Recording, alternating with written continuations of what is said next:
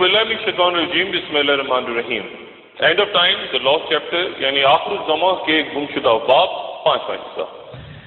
کسی گزری نشست میں ایک بستی کا ذکر کیا تھا جسے قرآن شریف میں الحجر کے نام سے بیان کیا جاتا ہے.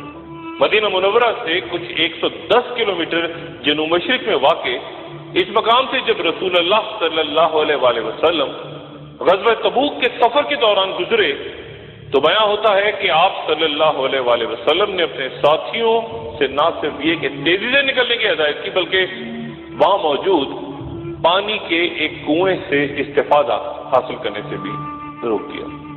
اور یہ وہ مقام ہے جسے مدائن صالح کہتے ہیں. اور یہاں کچھ 6000 سال پہلے ایک قوم سمود کے نام سے آباد تھی. قریب یہ آباد شہر العلا جتنا سرسبز و شاداب ہے، مدائن صالح اتنا ہی ویران نظر آتا ہے. یہاں سے گزرنے والے قدیم کاروانی رستے کے پہلو میں بلند پہاڑ عجیب شکلوں میں گما ہوتا ہے کہ کسی سخت زلزلے نے اس تمام علاقے کو جیسے پہاڑوں کے دامن سے لے کے چوٹیوں تک ٹکڑے ٹکڑے کر کے رکھ دیا. رابط سے عقبہ تک اور مدینہ و خیبر سے تبوک تک کا سارا علاقہ گزری بربادیوں کے نشانات سے بھرا پڑا ہے. جنوب خیبر تک اور شمال میں اردن کے اندر 50 کلومیٹر تک کاش پہاڑ پائے جاتے ہیں. ان پہاڑوں کی پتھریلی چٹانوں میں تعمیر گھروں اور محلات کو دیکھ کر اندازہ ہوتا ہے کہ الحجر کے باشندے پتھروں کے درمیان زندگیاں گزارا کرتے تھے. مدائن صالح کی عمارتوں کی پیشانیوں پر نبطی خط اور آرامی زبان میں خطبے درج ہیں.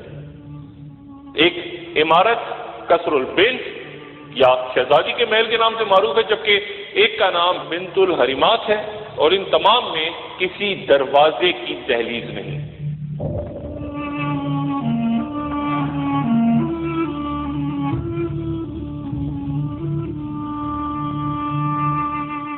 قرآن شریف میں اللہ تعالیٰ فرماتے ہیں اور سمود کے ساتھ کیا کیا گیا جنہوں نے وادی میں چٹانیں تراشی تھی. حضرت صالح علیہ السلام کا نام قرآن شریف میں 9 بار آیا ہے. وہ ایک شخص سمود سے آباد ہوتی قوم سے تھے جو کہ حضرت نوح علیہ السلام کے بیٹے سام کی نسل سے تھے. اسی خاندان میں کئی صدیوں پہلے عاد نامی فرد سے منسلک قوم عاد گزری تھی جہاں حضرت ہود علیہ السلام کو بھیجا گیا تھا اور جن کا ذکر میں پہلے کر چکا ہوں. اور یہ قوم سمود غالباً ان لوگوں کی اولادیں تھیں جو کہ حضرت ہود علیہ السلام کے ساتھ بچ گئے تھے.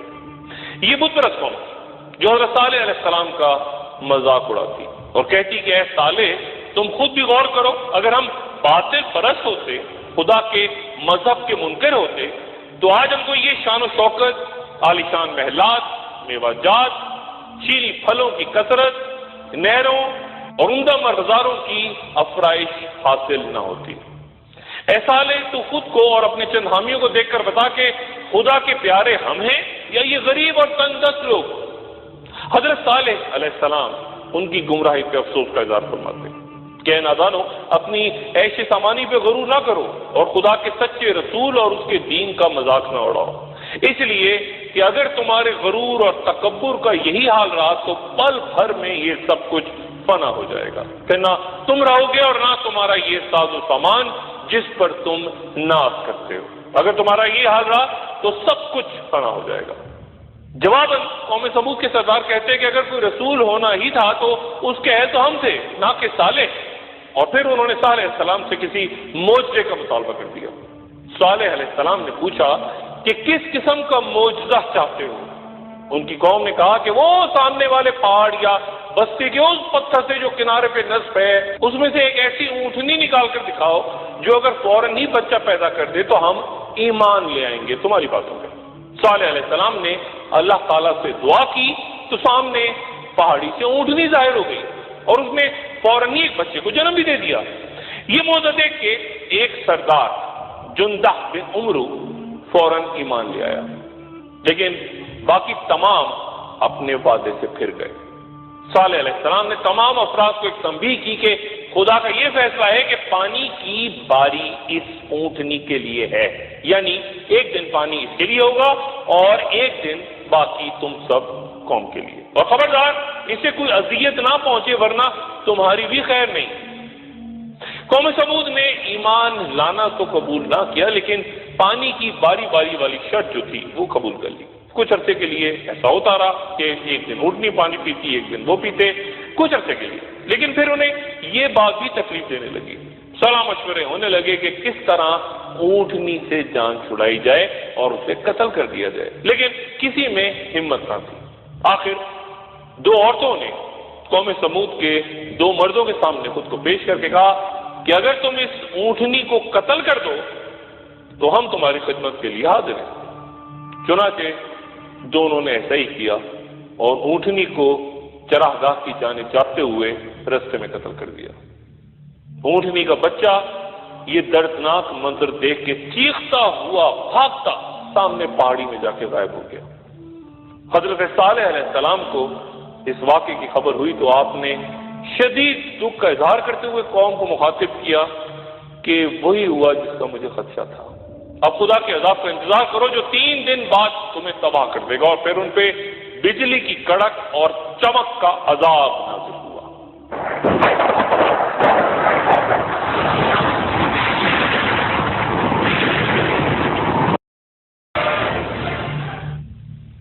اور اس نے رات میں ہی سب کو ہلاک کر دیا، اور نوع انسانی کے لیے ہمیشہ یہ جگہ مقام عبرت بن کے آج بھی موجود ہے۔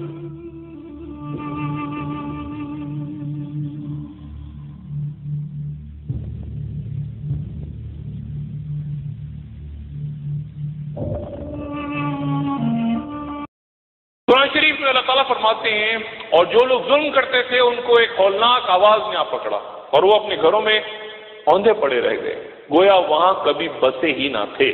سن لو کہ سمود نے اپنے پروردگار سے کفر کیا، سن لو کہ سمود پر پھٹکار ہے۔ قوم عاد کی طرح یہ قوم سمود بھی عرب بائدہ کہلاتی ہے، یعنی وہ عرب قوم جو حضرت ابراہیم علیہ السلام کی بشیواوری سے تقریباً 2000 سال پہلے ہلاک ہو جانے والے، ختم ہو جانے والے عرب، یعنی وہ عرب جو صفحہ ہستی سے مٹ گئے تھے، یہ وہ عرب تھے، یہ آخری عرب قوم تھی۔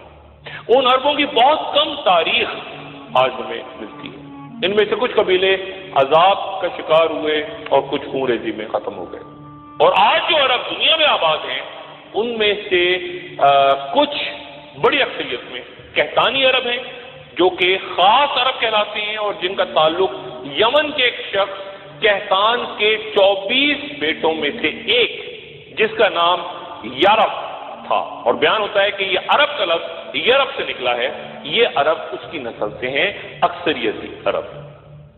جبکہ عربوں کی دوسری نسل عرب المستربہ کہلاتی ہے جو کہ حضرت اسماعیل علیہ السلام کی نسل سے ہیں اور جنہیں ادنی عرب بھی کہا جاتا ہے۔ یہ بیان یہاں بھی یوں ضروری ہے کہ آگے جا کے جب آخر الزماں سے پہلے خورے جنگیں ان علاقوں میں ہوں گی تو یہ بات ذہن میں رہے کہ عربوں کی اکثریت یعنی خاص اور اصل عرب یمن سے بیان ہوتے ہیں، حجاز سے نہیں۔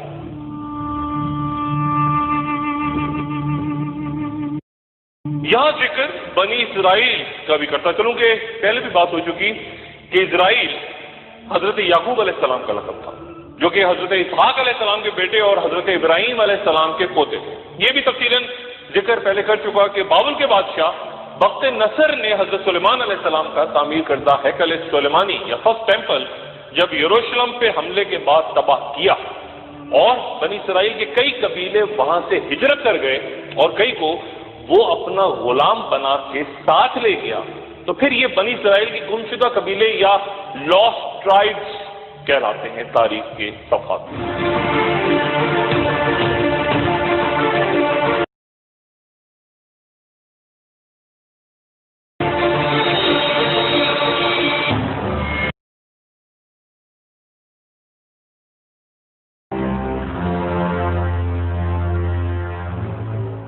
اور چونکہ یہ اپنے مرکز سے تو یعنی یروشلم سے یا بیت المقدس سے تو دور چلے گئے، یہودی تو رہے، لیکن ان گناہوں کا ارتکاب، ان لاسٹ یا گمشدہ ٹرائبس نے نہیں کیا جو بعد میں آنے والے پیغمبروں کی نافرمانی کرتے ادھر پیچھے بیت المقدس میں رہ جانے والے یہودیوں نے کیا۔ چند یہودی قبائل ہجرت کر کے یثرب کی طرف آ گئے، یعنی مدینہ منورہ کی جانب۔ یہ وہ یہودی تھے جن کا ایمان یہ تھا کہ وہ بادشاہ نبی جس کا وہاں یروشلم والے یہودی بھی انتظار کر رہے تھے اور آج تک کر رہے ہیں، وہ یثرب میں آباد ہوتے یہودیوں کے درمیان، یعنی ایک درختوں والی جگہ نخلستان میں آئے گا، اس لیے وہ یہاں یثرب یعنی مدینہ منورہ کے علاقے میں آباد تھے۔ لیکن وہ کہتے تھے کہ بادشاہ نبی حضرت ابراہیم علیہ السلام کے بیٹے اسحاق علیہ السلام کی نسل سے ہوگا، اسماعیل علیہ السلام کی نسل سے نہیں۔ انہی یہودیوں کے ساتھ رسول اللہ صلی اللہ علیہ وآلہ وسلم کے معاہدے بھی ہوئے، جنگیں بھی ہوئیں، لیکن وہ بنی اسرائیل کے قبیلے جو کہ صدیوں پہلے وقت نصر کے بیت المقدس پہ حملے کے بعد یروشلم سے ہجرت کر گئے تھے یا غلام بنا کے دوسرے علاقوں میں جا بستے تھے، یعنی لاسٹ ٹرائبس جن کا میں ذکر کر رہا ہوں، وہ صرف یثرب میں ہی نہیں بلکہ یہودیوں کے مطابق یہ 10 قبائل دنیا کے کئی خطوں میں جا کے آباد ہو گئے۔ اس پر صدیوں سے بحث جاری ہے کہ کہاں کہاں یہ جا کے آباد ہوئے۔ ایتھوپیا کے بیتا اسرائیل، بھارت کی ریاست منی پور میں آباد بنی میناش، نائجیریا کے ایک یہودی، لیکن مغل شہنشاہ جہانگیر کے دور میں معروف مورخ نعمت اللہ ہراوی نے پختونوں کی تاریخ پر ایک فارسی کتاب مخزن افغانی تحریر کی اور یہ دعویٰ کیا کہ پختون بھی بنی اسرائیل کے ایک ہجرت کیے گئے قبیلے سے تعلق رکھتے ہیں، خصوصاً یوسف زئی قبیلے کو حضرت یوسف علیہ السلام سے نسبت دے دی گئی۔ اس نظریے میں سینکڑوں مضامین حمایت اور مخالفت میں لکھے جا چکے ہیں اور یہ بحث آج تک جاری ہے۔ اس تنازع سے ہٹ کے قرآن شریف کی اس آیت پہ غور فرمائیے، اور ہم نے ان پر اور اسحاق علیہ السلام پر برکتیں نازل کی تھیں اور ان دونوں کی اولاد میں نیک بھی ہیں اور گناہ گار بھی۔ اور پھر ایک اور جگہ ارشاد باری تعالیٰ، اور ہم نے ان کو جماعت جماعت کر کے منتشر کر دیا، بعض ان میں سے نیک ہیں اور بعض بدکار، اور ہم آزائشوں اور تکلیفوں دونوں سے ان کی آزمائش کرتے ہیں تاکہ وہ ہماری طرف رجوع کریں۔ گویا بنی اسرائیل میں کچھ اچھے اور کچھ برے، یہ اچھے اور نیک بنی اسرائیل والے کون سے ہیں؟ آخر الزمان یعنی قیامت کی علامتوں سے متعلق اب اس حدیث پہ غور فرمائیے جو آخری خورے جنگوں سے متعلق ہے۔ حضرت ابو ہریرہ رضی اللہ عنہ سے روایت ہے کہ رسول اللہ صلی اللہ علیہ وآلہ وسلم نے فرمایا کہ جب بڑی لڑائیاں ہوں گی تو اللہ تعالیٰ اجمیوں میں سے، یعنی جو عرب نہیں ہیں، اجمیوں میں سے ایک لشکر اٹھائیں گے جو کہ عرب سے بڑھ کے شہ سوار اور بہتر ہتھیار والے ہوں گے، اور اللہ تعالیٰ ان کے دین کے ذریعے ان کی مدد فرمائیں گے۔ اور پھر ایک اور جگہ ارشاد ہوا، حضرت عبداللہ بن حارث رضی اللہ تعالیٰ عنہ سے روایت کہ رسول اللہ صلی اللہ علیہ وسلم نے فرمایا کہ مشرق سے کچھ لوگ نکلیں گے جو امام مہدی کی خلافت کو آسان کر دیں گے۔ پھر ایک اور حدیث مبارکہ، جب تمہیں خراساں کی جانب سے سیاہ جھنڈوں کے آنے کی خبر ملے تو تم ان کے پاس چلے جانا، اگرچہ برف پہ ہی چل کے جانا پڑے۔ گزری نشست میں بیان کر چکا ہوں کہ آخری جنگوں میں عرب کم تعداد میں ہوں گے، اور پھر یہ کون سے لوگ ہوں گے جو مشرق کی جانب سے مدد کو آئیں گے حضرت امام مہدی کی۔ ایک وقفہ اور وقفہ کے بعد دوبارہ حاضر ہوگا۔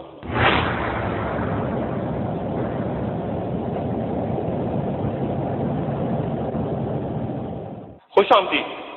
خطہ عرب سے معمولی واقفیت رکھتے لوگ بھی جانتے ہیں کہ اس کا بڑا علاقہ بے آباد اور بنجر صحراؤں پہ مشتمل ہے، یعنی کل رقبے کا تقریباً 70%۔ رسول اللہ صلی اللہ علیہ وآلہ وسلم نے علامات قیامت کی اہم نشانی اس طرح بیان فرمائی کہ حضرت ابو ہریرہ رضی اللہ عنہ سے روایت ہے کہ نبی کریم صلی اللہ علیہ وآلہ وسلم نے فرمایا کہ قیامت اس وقت تک قائم نہ ہوگی جب تک سرزمین عرب چراگاہوں اور نہروں میں تبدیل نہ ہو جائے۔ صحیح مسلم میں حضرت معاذ بن جبل رضی اللہ عنہ سے روایت ہے کہ ایک بار ہم لوگ غزوہ تبوک کے سال نبی صلی اللہ علیہ وآلہ وسلم کے ہمراہ جہاد کے لیے تبوک کی طرف جا رہے تھے۔ آپ صلی اللہ علیہ وآلہ وسلم نمازیں جمع کرتے تھے، یعنی آپ صلی اللہ علیہ وآلہ وسلم نے ظہر و عصر اور پھر مغرب اور عشاء کو جمع کر کے نمازیں ادا کی۔ ایک روز آپ نے نماز کو مؤخر کر دیا اور پھر اپنے ساتھیوں سے فرمایا کہ تم لوگ کل انشاءاللہ تبوک کے چشمے پہ پہنچو گے، تم سورج کے بلند ہو جانے کے بعد ہی وہاں پہنچو گے، تم میں سے جو بھی وہاں پہنچے اسے چاہیے کہ وہ اس چشمے کے پانی کو میری آمد تک استعمال نہ کرے۔ حضرت معاذ رضی اللہ تعالیٰ عنہ فرماتے ہیں کہ جب ہم وہاں پہنچے تو دیکھا کہ 2 افراد پہلے ہی وہاں پہنچے ہوئے تھے، چشمے سے پانی بڑی مشکل سے تھوڑا تھوڑا نکل رہا تھا۔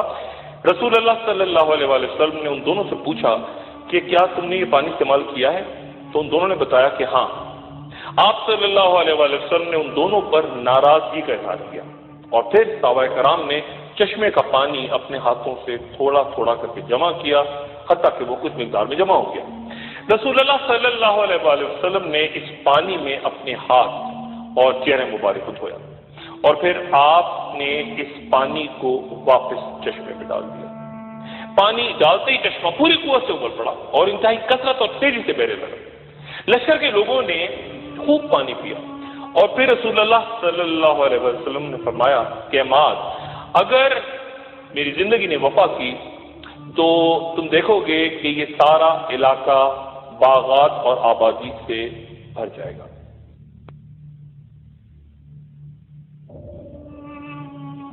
بعض اہل علم فرماتے ہیں کہ ہوا کا ایک مضبوط دباؤ جزیرہ عرب کی طرف آہستہ آہستہ بڑھ رہا ہے، جو اپنے ساتھ برف اور بارشوں کو سمیٹے ہوئے ہیں۔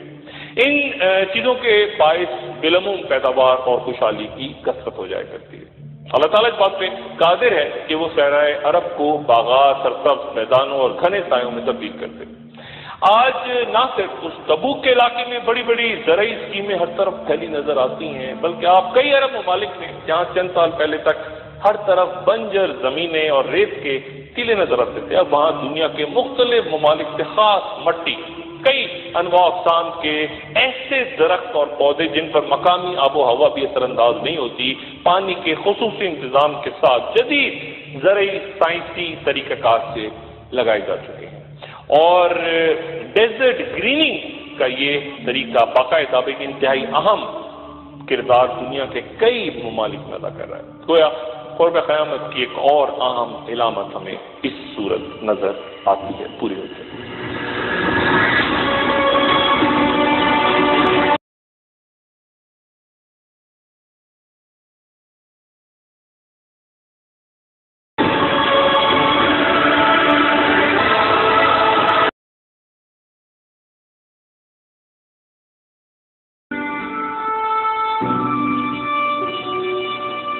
گزری نشست میں امام مہدی کے ظہور سے پہلے کی کچھ علامات کا ذکر کیا تھا۔ اس سے پہلے دنیا میں پھیلی ابتری اور مختلف علاقوں میں ہوتی خوریزی کا ذکر ایک اور عام علامت یوں بیان ہوتی ہے، تمہارے خزانے یعنی کعبۃ اللہ کے پاس 3 آدمی آپس میں لڑیں گے، ان میں سے ہر ایک کسی خلیفہ کا بیٹا ہوگا، مگر یہ خزانہ کسی کو بھی نہیں ملے گا۔ پھر مشرق سے کالے جھنڈے نمودار ہوں گے، وہ تم کو ایسے طریقے سے قتل کریں گے جس کی پہلے کوئی مثال نہیں ملتی۔ حضرت سبحان رضی اللہ تعالیٰ عنہ فرماتے ہیں کہ پھر آپ صلی اللہ علیہ وآلہ وسلم نے کوئی بات فرمائی جو مجھے یاد نہیں رہی۔ پھر آپ صلی اللہ علیہ وآلہ وسلم نے فرمایا جب تم اس یعنی امام مہدی کو دیکھو تو اس کے ہاتھ بیعت کر لو، خواہ تمہیں برف پہ گھٹنوں کے بل گھسٹ گھسٹ کے جانا پڑے۔ قدیم خراسان ایرانی سلطنت کا مشرقی صوبہ ہوا کرتا تھا۔ مغل بادشاہ بابر لکھتا ہے کہ تمام ہندوستانی غیر ہندوستانیوں کو خراسانی کہہ کے پکارتے تھے۔ بابر مزید لکھتا ہے کہ ہندوستان اور خراسان کے درمیان 2 بڑے شہر آتے ہیں، کابل اور کندہار۔ آج کی دنیا میں قدیم خراسان 5 ملکوں میں تقسیم ہو چکا ہے، ایران، افغانستان، تاجکستان، ترکمانستان اور ازبکستان، لیکن سب سے بڑا علاقہ موجودہ افغانستان میں کابل، غزنی، بلخ اور ہرات شہر، ایرانی شہر نیشا پور اور تز، اور ازبکستان کے سمرقند اور بخارا، ترکمانستان کے مرو اور سنجان، اور تاجکستان کے خنجند اور پجاکند۔ یہ شہر، یہ موجود علاقے جو کبھی ماضی کا خراسان ہوا کرتا تھا۔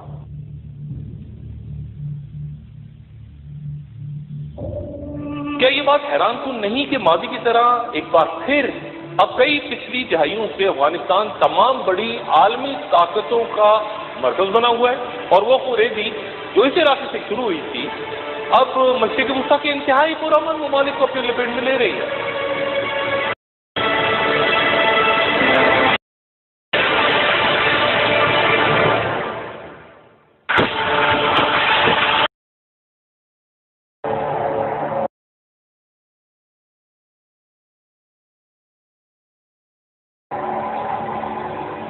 رسول اللہ صلی اللہ علیہ وآلہ وسلم نے جب مشرق کا ذکر کیا تھا تو موجودہ جغرافی کے حساب سے صرف 3 ممالک مدینہ منورہ کے مشرق میں آتے تھے: پاکستان، ایران اور افغانستان۔ لیکن ایران اور افغانستان کے برعکس پاکستان کا کوئی علاقہ کبھی قدیم خراسان کا حصہ نہیں رہا۔